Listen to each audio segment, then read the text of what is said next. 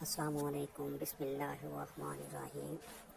میری ویڈیو کا عنوان ہے کہ بلی گھر میں روئے تو روحیں آتی ہیں یا نہیں آتی۔ اگرچہ اسلام میں بلی حلال نہیں ہے، لیکن اس کو پاکیزہ اور طاہر حیوانات میں شمار کیا جاتا ہے۔ جو بلیاں کسی کی ملکیت نہ ہوں انہیں پالنے میں کوئی حرج نہیں، جیسا کہ حدیث میں ہے کہ رسول اللہ صلی اللہ علیہ وآلہ وسلم نے فرمایا، ایک عورت کو بلی کی وجہ سے عذاب ہوا، اس نے بلی کو قید کر کے رکھا یہاں تک کہ وہ مر گئی، پھر اسی بلی کی وجہ سے وہ جہنم میں چلی گئی۔ جب اس نے بلی کو قید میں رکھا تو نہ کھانا دیا، نہ پانی، اور نہ ہی اسے آزاد کیا تاکہ وہ خود کیڑے مکوڑے کھا کر گزارا کر لیتی، یعنی اس نے بلی کو تڑپا تڑپا کر مارا تھا، اس لیے وہ جہنم میں گئی۔ صحیح بخاری حدیث نمبر 2365۔ ایک سائنسی اندازے کے مطابق انسان نے بلی کو 10,000 سال پہلے پالتو بنایا تھا۔ بلی آج کے دور میں سب سے عام پالتو جانوروں میں سے ایک ہے۔ افریقی جنگلی بلیوں کی کئی اقسام کو پالتو بلی کے آباء و اجداد سمجھا جاتا ہے۔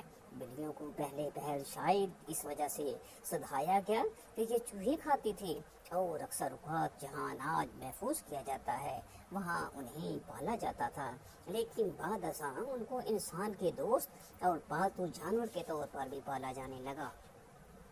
پالتو بلیوں کے جسم پر لمبے یا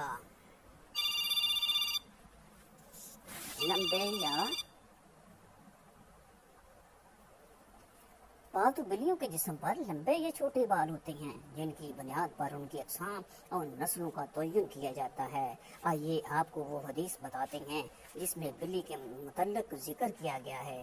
دوستوں، روایات سے یہ بات ثابت ہے کہ بلی اگر کھانے میں سے کچھ کھا جائے یا پانی پی جائے تو وہ پلید اور نجس نہیں ہو جاتا، کیونکہ مشکوٰۃ شریف جلد اول حدیث نمبر 453۔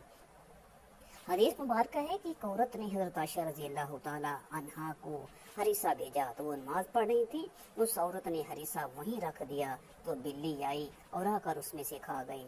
حضرت عائشہ رضی اللہ تعالیٰ عنہا نے نماز کے بعد اسی جگہ سے ہریسہ کھایا جہاں سے بلی نے کھایا تھا، اور فرمایا، بلا شبہ رسول کریم صلی اللہ علیہ وآلہ وسلم کا فرمان ہے، یہ بلی پلید اور نجس نہیں ہے، بلکہ یہ تو تم پر آنے جانے والیاں ہیں۔ حضرت عائشہ رضی اللہ تعالیٰ عنہا بیان کرتی ہیں، میں نے رسول کریم صلی اللہ علیہ وآلہ وسلم کو بلی کے بچے ہوئے پانی سے وضو کرتے ہوئے دیکھا۔ دوستو، جہاں تک گھر میں بلی پالنے کا سوال ہے تو فقہا کا کہنا ہے گھر میں بلی پالی جا سکتی ہے، ایسا کرنے میں کوئی حرج نہیں، کیونکہ بلی نہ ہی موذی جانور ہے اور نہ ہی ناپاک ہے۔ ہر شخص کو معلوم ہے اس میں کوئی نقصان نہیں، بلکہ بلی گھر میں رکھنا فائدہ مند ہے۔ یہ گھر میں پیدا ہونے والے کیڑے مکوڑے اور چوہے وغیرہ کھا جاتی ہے۔ ماہرین کے مطابق بلی کے پیار میں اللہ نے ڈپریشن کے مریض کا علاج رکھا ہے۔ اس کے بالوں میں خاص قسم کے بیکٹیریا پائے جاتے ہیں، انسانی جسم میں ڈپریشن کو کم کرنے میں مدد دیتے ہیں۔ چنانچہ پالتو بلی کو اپنے ساتھ لپٹا کر بٹھایا اور سلایا جائے، یہ نہ صرف آپ کی بلی کو خوش کرے گا بلکہ آپ کو ڈپریشن سے بھی نجات دلائے گا۔ اب ہم آپ کو بلیوں کے بارے میں کچھ مزید معلومات بتاتے ہیں جو ماہرین کے تجربات کے بعد سامنے آئیں۔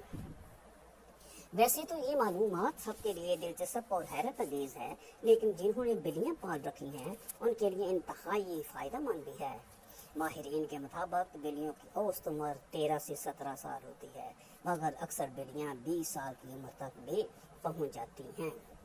دو بلیاں آپس میں کبھی کبھی میاؤں کر کے بات نہیں کرتی، جب بھی آپ کی بلی میاؤں کرے جان لیں کہ وہ آپ سے مخاطب ہے۔ اس کے علاوہ بلیوں کی مونچھوں کے متعلق ایک عام تاثر پایا جاتا ہے کہ ان مونچھوں کے ذریعے بلیاں اپنا توازن برقرار رکھتی ہیں، بالکل اسی طرح جیسے اکثر سینگوں والے جانوروں کے سینگوں کے متعلق یہی تاثر پایا جاتا ہے۔ تاہم ماہرین کا کہنا ہے کہ یہ توسل سراسر غلط ہے۔ بلی کی مونچھوں کا اس کے جسمانی توازن کے ساتھ کوئی تعلق نہیں۔ ماہرین کا کہنا ہے